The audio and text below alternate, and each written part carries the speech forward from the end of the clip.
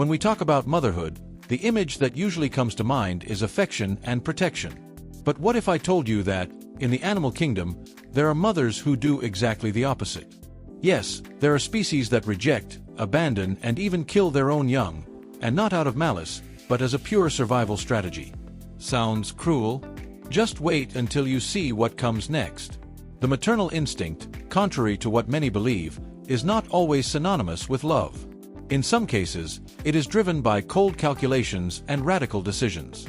And the most curious thing, all of this makes sense within the logic of nature. These shocking attitudes reveal the rawest and most intelligent side of the animal world, a side that you probably never imagined. So get ready, because what you are about to discover will turn everything you have been taught about care, instinct, and protection upside down. And I'm telling you right now, what a dominant hippo does to a defenseless calf is just the beginning of this journey.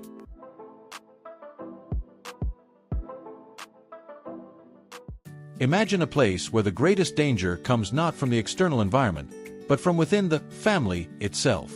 In the world of hippos, this is a shocking reality. In times of drought, when food is scarce and resources become a luxury item, the dominant male resorts to a drastic measure, killing the calves that he does not recognize as his own. That's right. As brutal as it may seem, this practice serves to reduce competition and ensure that his own genes have a better chance of surviving. This attitude arouses great curiosity. How can nature be so strategic and, at the same time, so ruthless? The answer lies in the logic of natural selection. In hostile environments, there is no room for sentimentality. What matters is ensuring evolutionary advantage. And here's a real-world analogy. Think of a corporate scenario where a new manager arrives and cuts old projects, not out of cruelty, but to align everything with his own interests and results. And the most curious thing, females usually watch this without reacting. Of course, the dominant male is an almost unstoppable force, and confronting him would be risking one's very survival. In some African reserves, it has been reported that up to 60% of calves die in attacks like this. Sad? Certainly. But paradoxically, this cruel dynamic keeps the group cohesive and functional in difficult times. This reminds us of something important. Even in the closest bonds, invisible threats can exist, and learning to recognize them can be a powerful tool. That's why, when we observe hippos, we are not just seeing a huge animal on the riverbank. We are looking at a social system full of nuances, full of codes and power games.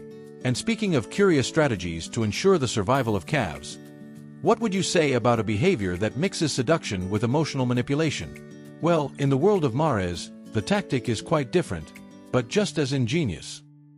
At first glance, it may seem cute or affectionate, but behind the mare's nays and calm gaze, a very sharp survival tactic is hidden. Soon after becoming pregnant, these females begin to mate with all the stallions in the region. Sounds strange?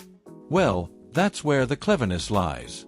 They do this to confuse the minds and instincts of the males, who will not know who the real father of the foal is. The result? No one dares to attack him. It's an attitude worthy of a strategic mind, which would be applauded at any negotiating table. The most curious thing is that this technique, called protective promiscuity, works very well in wild herds, where paternity is diffuse and the risks are high. If the mare did not take this action, the foal could become the target of aggression from a jealous or territorial male. Now, let's draw a parallel. How many times in your daily life have you used ambiguity to protect yourself from judgments, conflicts, or threats? This strategy is like a good bluff in poker. You don't need to show your hand, you just need others to think you have the right cards. And mind you, it's not about lying. It's about knowing how to play with other people's perceptions. If the mare followed the most honest path, her foal would be in danger. The maternal instinct here is expressed through social intelligence. In fact, this leads us to reflect on how, often, survival does not depend on strength, but on cunning. And speaking of cunning strategies, there are creatures so organized that they even eliminate their own members of the colony if they are not useful. Yes, it may seem extreme, but in the world of fire ants, this is just another normal day in the hierarchy. Let's delve into this curiosity. In a fire ant colony, there is no room for laziness or privileges. Here, even birth must be useful. The workers, all female, make a decision that may seem cruel at first glance. They eliminate the male larvae when they realize that there are too many males in the colony. Yes, without ceremony. The logic is simple. For these ants, males are useful only for reproduction. And since this role is temporary, the fewer, the better. Now, keep this curiosity in mind. Although the queen is the one who lays the eggs, it is the workers who have the final control over what will or will not prosper. Does it seem like a paradox? It is, but it shows how power can lie more at the bottom than at the top. They maintain the productive harmony of the ant colony by avoiding extra mouths that do not contribute to the collective work. It is like a company that fires redundant positions to keep the team more agile and efficient. Harsh. Certainly. But efficient. And if you thought ants were just small, organized insects, just look. There are cases in which the workers literally rebel against the queen's will, eliminating the eggs that do not serve the collective interest. This behavior is reminiscent of certain social movements in which the base pressures the leadership to defend the common good. And here's a valuable tip. Sometimes, to maintain balance around you, you need to make strategic cuts. People who drain your energy, projects that only take up space, or even habits that do not add up. And this is not even the height of selectivity in the animal kingdom. There are mothers who, upon seeing their 2 cubs being born, decide that only one will receive affection and food, and the other, let him fend for himself. No, this is not a metaphor. This is what happens with giant pandas. Get ready for another one of those curiosities that will give you goosebumps. Imagine giving birth to 2 children and having to choose which one will live at the same time. It sounds like something out of a dramatic movie, but for a mother panda, this is a harsh reality. When twins are born, which is not that rare, she usually rejects one of them. The reason? She simply doesn't have enough energy or resources to care for both. And in this ruthless game of nature, the strongest one is welcomed, milked, and protected. The other, left to fend for itself. This attitude arouses a brutal but legitimate curiosity. How can such a cute animal make such a cold-hearted decision? The answer is simple. It's not coldness, it's survival instinct. The panda is a species with a slow metabolism and a low-energy diet. Bamboo, despite being its main food, offers little nutrition. So the mother makes a cost-benefit calculation in real time. And if you've ever had to choose between 2 projects, 2 paths, or 2 opportunities, you know how difficult it is to prioritize. But sometimes, choosing one is the only way to save something.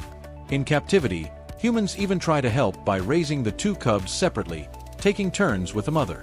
While she cares for one, the caregivers take over the other, and then take turns. This shows how instinct can be adapted when there is external support. In real life, this lesson is valuable. When resources are limited, be it time, money, or energy, perhaps the most sensible thing to do is to prioritize what really has a chance of growing. And if you have outside help, great, that can balance things out. But not all species have this little help. In some cases, the abandonment is even more radical.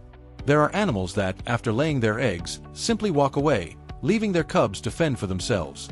And, to make matters worse, the first few days are already a race for life. If you thought pandas were independent, wait until you meet Komodo dragons. In the world of Komodo dragons, maternal affection is a non-existent concept. As soon as the female lays her eggs, the instinct to protect them evaporates like water in the desert. She covers the nest with leaves or dirt, turns her back and walks away without looking back. It's every man for himself, and those who don't learn this soon will probably never see the sunrise. The most curious thing, the hatchlings instinctively know that they need to escape from their own mother and from other adults of the species, who would not hesitate to devour them. It's a hard lesson, but extremely revealing. Not all abandonment is carelessness. Sometimes, it's the environment itself that forces such a radical strategy. Komodo dragon hatchlings climb trees in the first few years of their lives, since the adults, including their own parents, are extremely dangerous predators. Staying on the ground is practically a death sentence. This curiosity reveals something that also applies to our lives. There are times when it is better to step back, take a step back, create space, and take a deep breath, away from the chaos. Want a parallel? It is like that young person who, in order to survive a toxic family environment, seeks refuge in studies, work, or new friendships. In these cases, running away is not a weakness. It is a strategy of those who understand that, sometimes, survival is silent and solitary, but absolutely necessary. One cannot thrive in hostile soil, and Komodo dragons know this from birth. And look at the irony. The largest lizard in the world begins its life in the most complete vulnerability. It grows because it hides. It evolves because it moves away. And it survives because it instinctively understands that support does not always come from where it should.